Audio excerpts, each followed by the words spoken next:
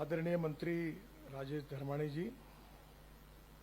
अंजुमन इस्लामिया के अध्यक्ष पद्मश्री डॉक्टर जहीर काजी जी, मेरे मित्र हमारे नागपुर के प्रसिद्ध ऑर्थोपेडिक सर्जन और जिन्होंने हमारे नासिक की जो आरोग्य विद्यापीठ है, यूनिवर्सिटी है, उसका नेतृत्व करते हुए बहुत अच्छे अच्छे इनिशिएटिव किए हैं, ऐसे संजीव चौधरी। आज आप सबको जो डिग्रियां हासिल हो रही है, उस इंस्टीट्यूट के प्रमुख मेरे मित्र अनीस अहमद जी, सभी रिस्पेक्टेबल डिग्निटरीज और सभी मेरे मित्रों, भाइयों और बहनों, सबसे पहले मैं आपको ये जो डिग्री आज हासिल हो रही है, इस उपलक्ष्य में हृदय से बहुत बहुत अभिनंदन करता हूं। आप सबका बहुत बहुत धन्यवाद करता हूं। हमारी शिक्षा जो है वो पूरी करने के बाद जब हमको कोई डिग्री हासिल होती है तो हमारे लाइफ के लिए एक बहुत बड़ी अचीवमेंट होती है। जैसे हमारे लिए अचीवमेंट होती है, वैसे हमारे पिता, माताजी, हमारा परिवार हमें भी डिग्री हासिल करने के लिए जो खर्चा करता है, जो मेहनत करता है, परिश्रम करता है और एक सपना देखता है कि मेरा लड़का लड़की ये आगे चलकर पढ़कर बहुत बड़ी होगी। जब आप डिग्री हासिल करते हैं तो उनको भी इसकी बहुत बड़ी खुशी होती है। एजुकेशन जो है वो बहुत महत्वपूर्ण है। डॉक्टर बाबा साहब आम्बेडकर जी ने शिक्षा का वर्णन किया है। उन्होंने कहा कि यह टाइग्रेस का मिल्क है, वाघिणीचं दूध है, यानी इतनी ताकत है इसमें। और इसलिए हम सबको शिक्षा में अगर हम एक प्रकार से डिग्री हासिल करते हैं तो हम अपने पूरे परिवार को आगे ले जाने की एक ताकत, शक्ति हमारे बीच में निर्माण होती है। ये जो डिग्री हासिल होती है इसका संबंध ज्ञान से है, नॉलेज। और मैं अक्सर दो बातों के बारे में हर समय जिक्र करता हूं और मेरे याद रखता हूं। दो बातें जो है, दो फिलॉसफी है कि एक innovation, entrepreneurship, science, technology, research, skill and successful practices, we name it as knowledge and conversion of knowledge into wealth. ये हमारा भविष्य है। दूसरी जी फिलॉसफी है कि no material is waste and no person is waste. It is depending upon the appropriate technology and appropriate vision of the leadership that you can convert waste into wealth. और इसलिए ये जो नॉलेज है, इसके भरोसे हम बहुत प्रगति और विकास कर सकते हैं। और इसलिए मैं विशेष रूप से अनीस भाई को पता है और डॉक्टर जहीर साहब को बताऊंगा कि मैं जब महाराष्ट्र में एमएलए था तो मुझे भी एक इंजीनियरिंग कॉलेज मिला और मुझे मिला हुआ इंजीनियरिंग कॉलेज मैंने नागपुर के अंजुमन इस्लाम को दिया। तो मुझे पूछा कि इनको क्यों दिया, तो मैंने कहा हमारे समाज में सबसे ज्यादा आवश्यकता कही है शिक्षा की तो मुस्लिम समाज में है। दुर्भाग्यवश यह है कि पांच ही धंधे समाज में लोकप्रिय है, चाय की टपरी, पान ठेला, कबाड़ी का दुकान, ट्रक ड्राइवर और क्लीनर। पर हमारे समाज में से अगर इंजीनियर, डॉक्टर, वकील, आईएएस, आईपीएस ऑफिसर बनेंगे तो ही समाज का विकास होगा। और इसलिए हम मस्जिद में एक बार नहीं 100 बार नमाज पढ़े, पर विज्ञान और तंत्र विज्ञान को अगर हम आत्मसात नहीं करेंगे तो हमारा भविष्य क्या होगा। आज डॉक्टर अब्दुल कलाम साहब जब न्यूक्लियर साइंटिस्ट बने और उन्होंने ऐसा काम किया कि आज डॉक्टर कलाम साहब का नाम हमारे देश में नहीं, विश्व में सबके पास पहुंचा है।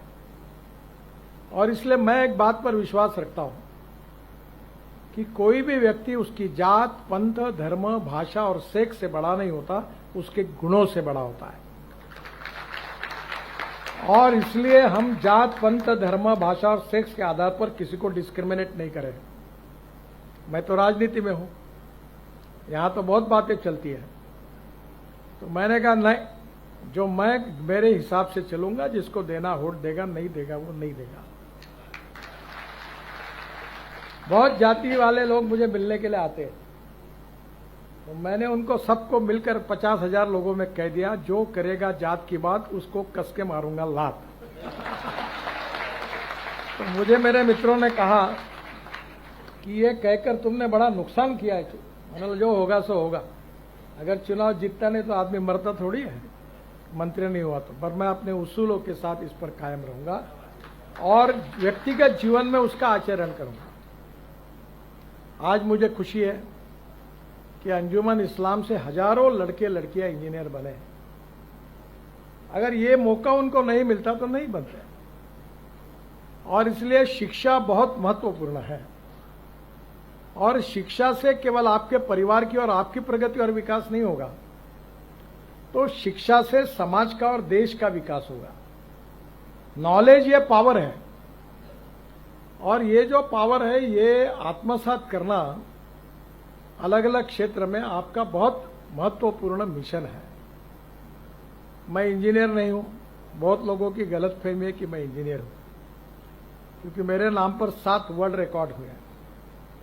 अब मुझे 12वीं डिलीट मिली है, 12 डॉक्टरेट्स मिली है, और वो डॉक्टरेट मैं उतना विद्वान नहीं हूं, अभी तक मैं डॉक्टर नाम नहीं लगाता, क्योंकि मेरी कहानी ऐसी हुई कि प्रोफेशनल कॉलेज में 50% के ऊपर मार्क चाहिए, तो 75 में इमरजेंसी लग गई, और इमरजेंसी के खिलाफ मैं 11वीं में था, तो काम करना मैंने शुरू किया, मेरा करियर खराब हो गया।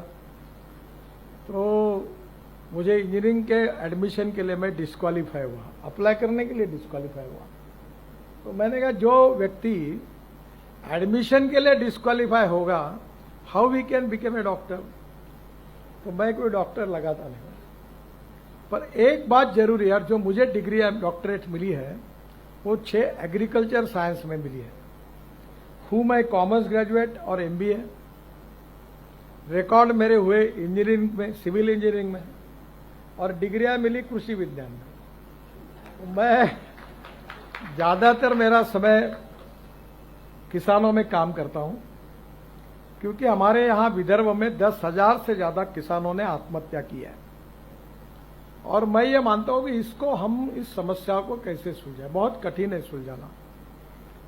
और इसलिए पिछले अनेक सालों से इन समस्याओं का अध्ययन करते हुए हमारे कृषि और ग्रामीण क्षेत्र की तस्वीर कैसे बदलेगी, इसके लिए मैं काम करने की कोशिश कर रहा हूं।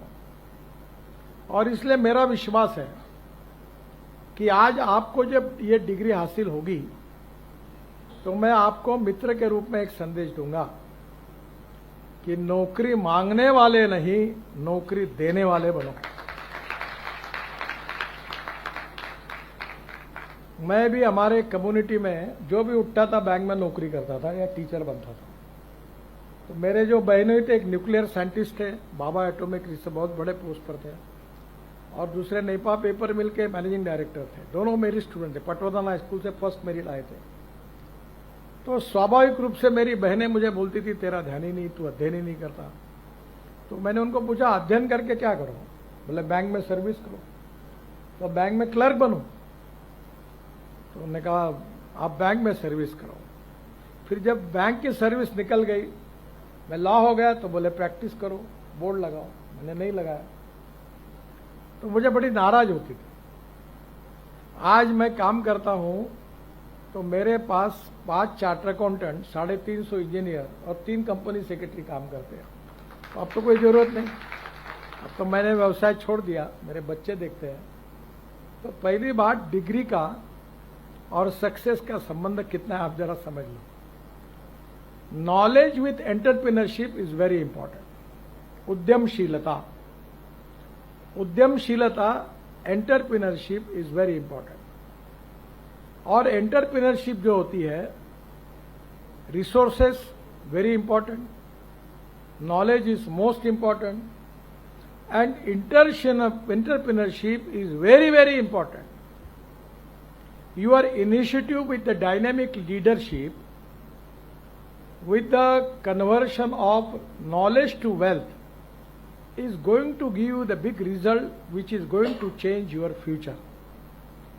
आपके भविष्य को बदलने के लिए इसका उपयोग करिए. अभी हमारे देश की स्थिति ऐसी है कि we are the fastest growing economy in the world. The dream of the prime minister to make Indian economy a third largest economy in the world, $5 trillion की इकोनॉमी बनाना है. अब व्हाट इज द मिशन?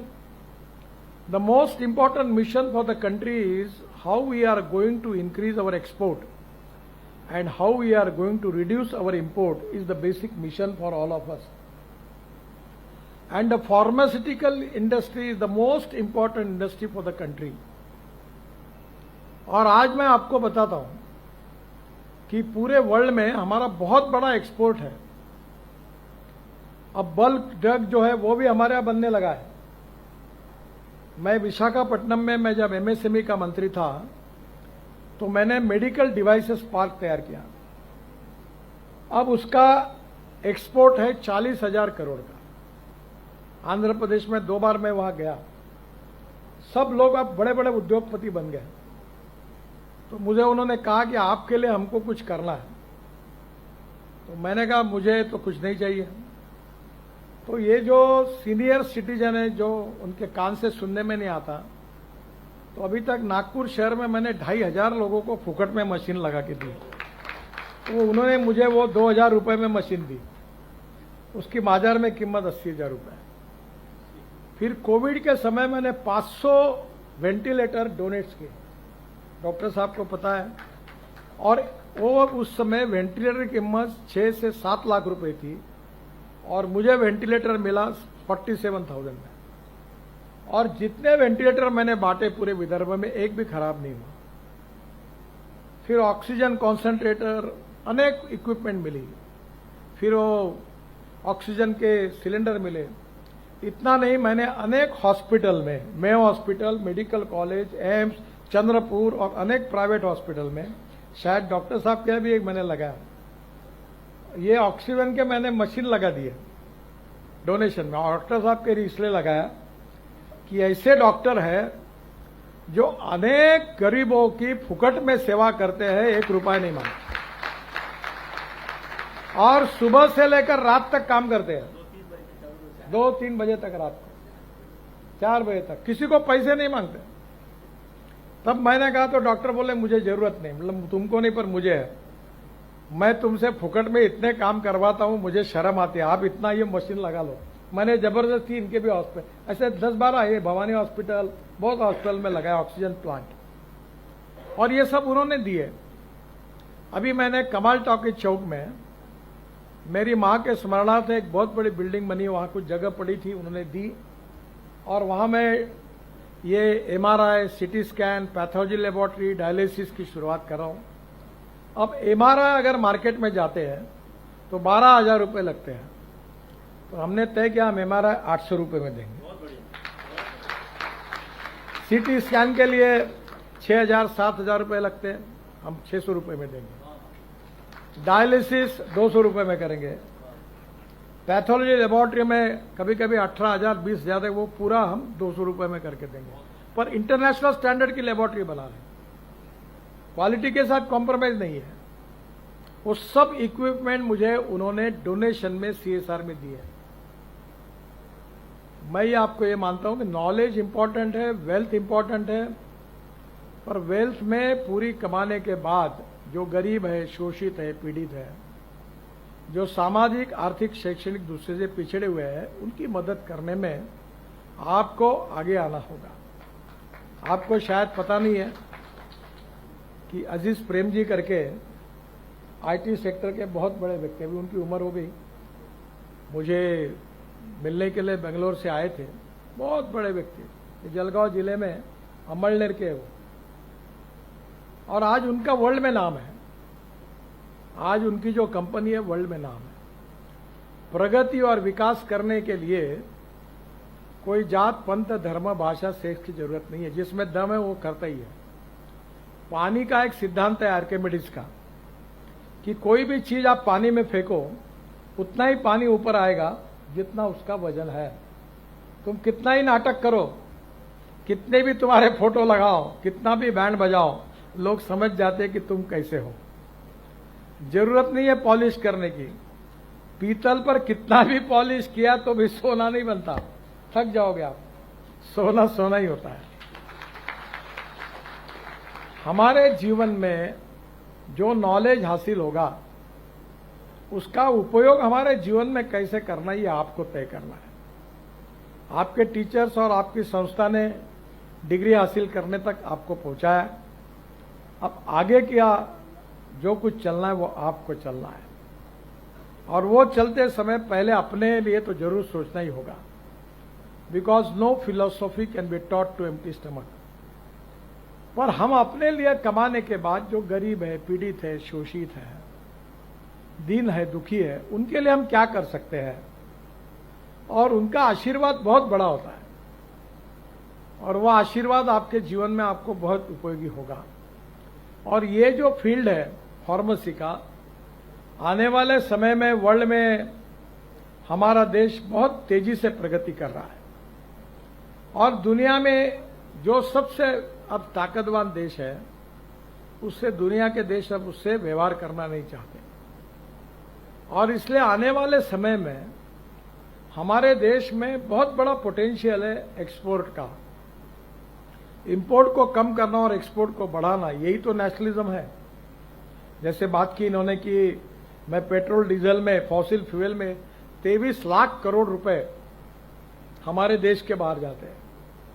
तो मैंने तय किया कि हमारे देश के किसान अन्नदाता नहीं, ईंधनदाता बनेंगे, ऊर्जादाता बनेंगे। अभी डांबर भी बन गया, नागपुर जबलपुर हमने एक अच्छा रोड भी बनाया जो किसानों के डांबर से बना, और वो हाइड्रोजन दाता बनेगा। ये सब हो गया। मेरे पास गाड़ी आई है बाहर, कार्यक्रम खत्म होने के बाद जरूर देखिए। वो गाड़ी है टोयोटा कंपनी की इनोवा, तो पॉपुलर गाड़ी है, पर वो पेट्रोल पे नहीं चलती, डीजल पे नहीं। 100% मक्के से, चावल से, शुगर केन जूस से, मोलाइसिस से बायो इथेनॉल बनता है, उसके ऊपर चलती है। अब पेट्रोल का भाव है 120 लीटर, इथेनॉल का भाव है 60 रुपए litre. Pollution zero, petrol diesel का पोल्यूशन होता है, और ये गाड़ी चलते चलते 60% बिजली तैयार करती है। तो 120 रुपए पेट्रोल जब आप यूज करोगे तब उतने ही माइलेज के लिए इथेनॉल यूज करोगे, उसकी कीमत है 25 रुपए। Pollution zero, import substitute, cost effective, pollution free और इंडिजिनियस। अब मोटरसाइकिल भी बजाज, टीवीएस, हीरो, होंडा सबकी बन गई। अब गाड़ियां भी Tata, Mahindra, Suzuki, Toyota, Hyundai सबकी आ गई। अब इथेनॉल के पंप भी शुरू हो रहे हैं। तो धीरे धीरे हमें पेट्रोल इंपोर्ट करने की जरूरत नहीं पड़ेगी। अब हवाई जहाज का ईंधन भी किसान बना रहा है। पानीपत में हमने जो परल, ये राइस स्ट्रॉ जलता है, उससे 1 lakh litre ethanol, 150 tonne bitumen और 78,000 ton per year bio aviation fuel यानी हवाई ईंधन भी बनाया है। तो रिसर्च एंड टेक्नोलॉजी के आधार पर हम दुनिया में कहीं भी जा सकते हैं, जिसका उल्लेख अनीस भाई कर रहे थे। हमारा 1 एकड़ में 4 टन संतरा होता है, और मैं अभी स्पेन में गया था, वो 1 एकड़ में 25 से 30 टन होता है, यानी हमसे 8-9 गुना ज्यादा। और हमारा किसान अगर 5 गुना करेगा तो पूरे विदर्भ में 5,000 करोड़ का संतरा होता है। अगर हमने टेक्नोलॉजी उनको दी और ये 30,000 करोड़ रुपए का होगा, तो हमारे विदर्भ के किसान आत्महत्या क्यों करेंगे। हमने मदर डेयरी लाइया, अभी कल उद्घाटन है। हम धारा का तेल यहां शुरू कर रहे हैं। हमारे यहां 30 लाख लीटर दूध किसानों से नागपुर विदर्भ से लेंगे, हमारे किसान को दूध का उत्पादन मिलेगा, तो वो आत्महत्या क्यों करेगा। और इसलिए आने वाले समय में किसकी डिमांड है, कहां हम इंपोर्ट कर रहे हैं, क्या हम कर सकते हैं, इसमें हमको जाना होगा। मैं आपको प्रार्थना करूंगा कि फार्मास्यूटिकल में विशेष रूप से इंजेक्शंस हो, टैबलेट हो, कैप्सूल्स हो, इक्विपमेंट हो, इसमें ह्यूज पोटेंशियल है। और इतना ही नहीं कि इतना बड़ा पोटेंशियल है कि 2 दिन पहले मेरे पास हैदराबाद के भारत बायोटेक के मालिक आए थे। तो मैं उनसे बात कर रहा था, वो जो अपना कोविड का वैक्सीन उन्होंने बनाया, तो उन्होंने मुझे कहा कि मैं बड़ौदा के एग्रीकल्चर कॉलेज का विद्यार्थी हूँ। तो मैंने कहा तुम्हारा फार्मेसी से क्या संबंध है? नहीं, बोले मैंने बायोटेक लेबोरेटरी खोली, अब बहुत बड़ी हैदराबाद में हो गई। अब देखो उन्होंने वो जो हमारा वैक्सीन है कोविड के ऊपर, वो उन्होंने बनाया, अब दुनिया में एक्सपोर्ट कर रहे हैं, 25,000 करोड़ की कंपनी बनी। और इसलिए रिसर्च के साथ आप आपकी विजन को ब्रॉड करके नए नए प्रयोगों के साथ अगर काम करोगे तो आर्थिक दृष्टि से भी आपके जीवन में आप बहुत यशस्वी होंगे।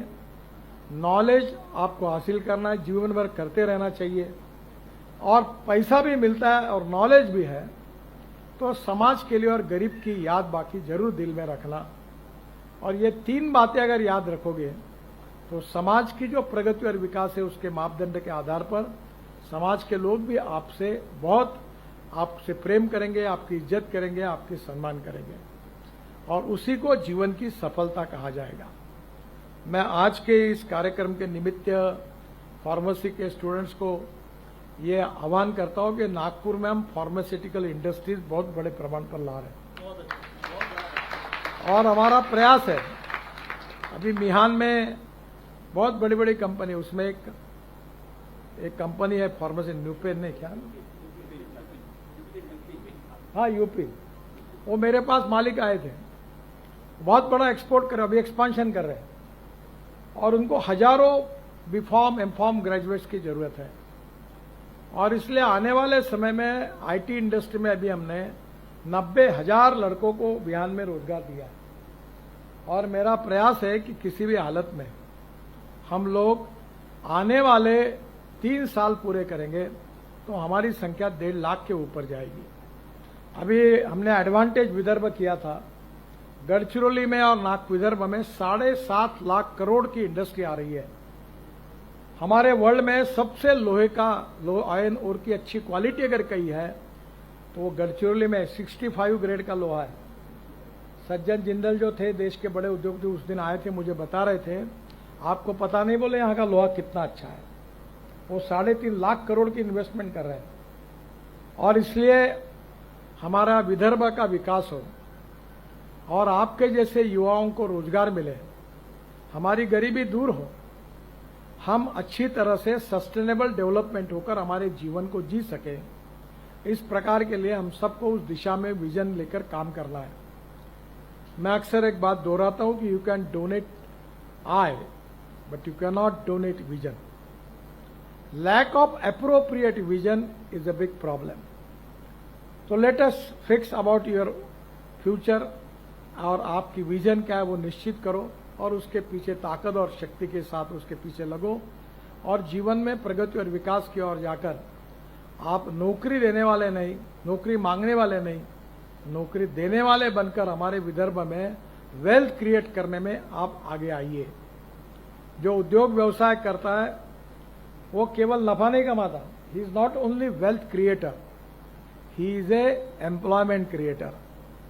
और अब हमें जरूरत है एम्प्लॉयमेंट क्रिएटर्स की, जो हमारे समाज के लाखों युवाओं को रोजगार देंगे, और वहां के अनुभव के साथ आप भी इसी प्रकार से अपने उपक्रम को शुरू करके यशस्वी होकर आगे काम करें, ताकि हमारा समाज, हमारा देश दुनिया में एक बड़ी विश्व में शक्ति बने, ताकत बने। इसमें आप सबका योगदान बहुत महत्वपूर्ण है।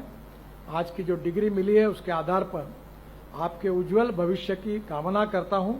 आपको बहुत बहुत शुभकामनाएं देता हूं, और भगवान अल्लाह आप सबका भला करे और आप जीवन में यशस्वी हो, यही दुआ मांगता हूं। बहुत बहुत धन्यवाद। नमस्कार।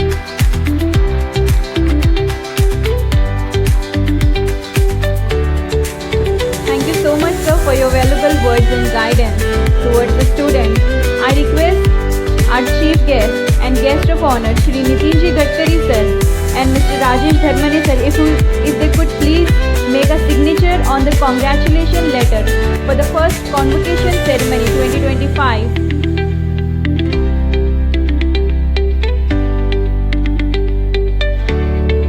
Now I request the student